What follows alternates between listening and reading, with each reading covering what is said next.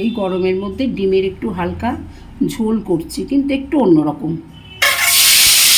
আগে তুলে নিয়েছি, নুন হলুদ মাখিয়ে ডিমগুলো ভেজে নিচ্ছি। আলু পড়বে এতে।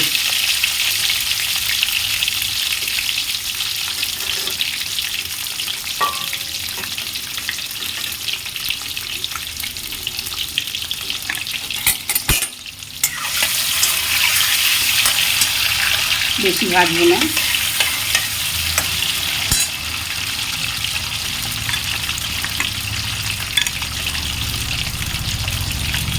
আলু দিয়ে দিলাম, আলুটা একটু ভাজা ভাজা করছি।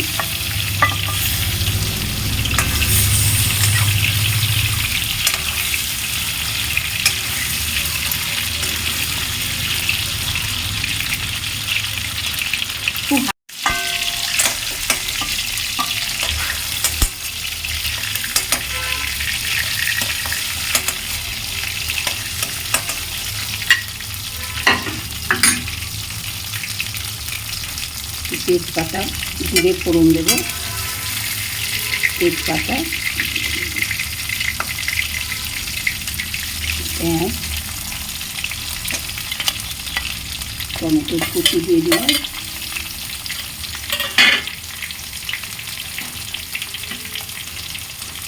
হলুদ গুঁড়ো, নুন,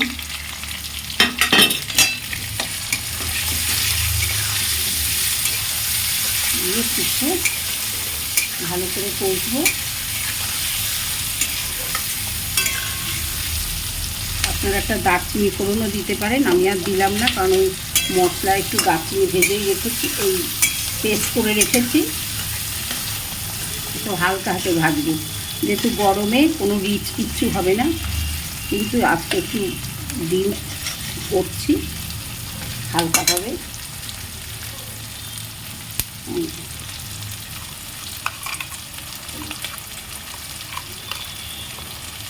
একটু নারকেল, টক দই আর পোস্ত মশলাটাই বেটে দিয়েছি। খুব অল্প মশলা, দেখেই বুঝতে পারছেন, খুব অল্প মশলা, যাতে শরীরটা ঠান্ডা থাকে। মাছটা গরমে খেতে চাইছে না কেউ, খুব ভালো করে কষতে হবে, যাতে একটু নারকেলের গন্ধটা বেরিয়ে যায়, এই গন্ধটা হয়ে যায়।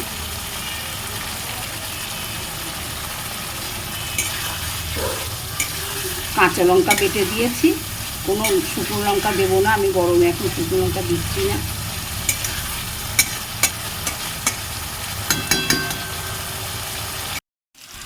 আচ্ছা, এইবারে মশলা ধোয়া জলটা দিয়ে দিচ্ছি এতে।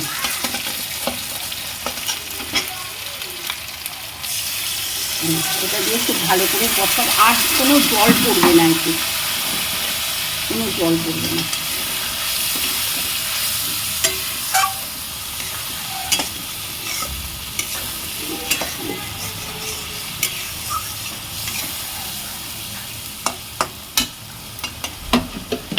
উঠেছে, এবারে দুধ দিয়ে দিলাম,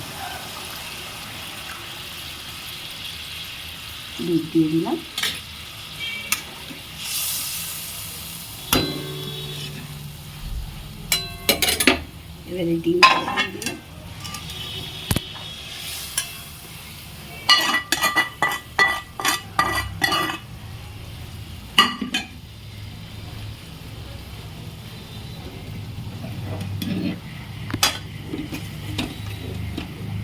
না, বন্ধ করে দিয়ে দিচ্ছি।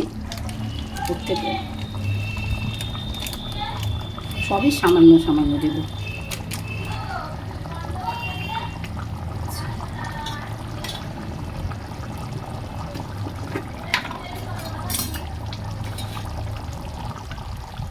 সামান্য একটু ঘি দিচ্ছি,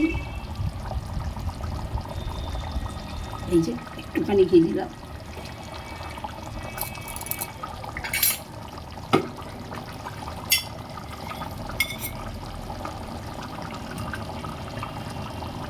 এই 1 চামচও না, হাফ চামচ মতন কেওড়ার জল, গোলাপ জল হাফ চামচ। এই যে এই কমপ্লিট হয়ে গেল।